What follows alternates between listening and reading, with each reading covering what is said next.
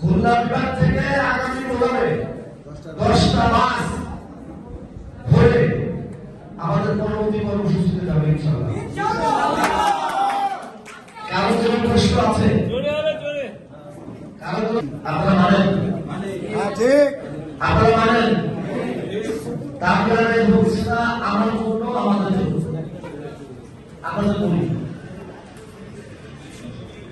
যে নীতিমালা আপনাদেরকে প্রয়োগ করলেন, মন্ত্রণালয় আমাদের সঙ্গে একাধিক বৈঠকের পর মন্ত্রণালয়ের স্পষ্ট বার্তা তারা ভুল করেছেন।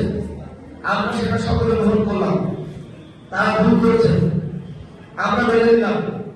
আমরা আমাদের যুক্তি তর্ক করলাম বা আমাদের বৈষম্য কথা বলে তুলে ধরলাম।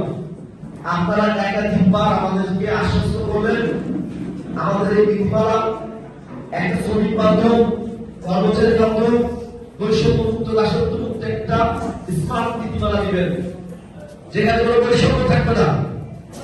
তারপরেও আমাদেরকে রাতারাতি আরেকটি কালো অধ্যায়ে একটি নীতিমালা প্রণয়ন করলেন, যেটা সংশোধনের নীতিমালা, যেখানে আমাদের যে আকাঙ্ক্ষা ছিল সেই পরিপূর্ণ আকাঙ্ক্ষা তারা পূরণ না করে তারা আমাদের আবারও পূর্বের নীতিমালা কিছু সংশোধন করে 75% সেই মন্ত্রণা রেখেই তারা সেই নীতিমালা সংশোধন করলেন।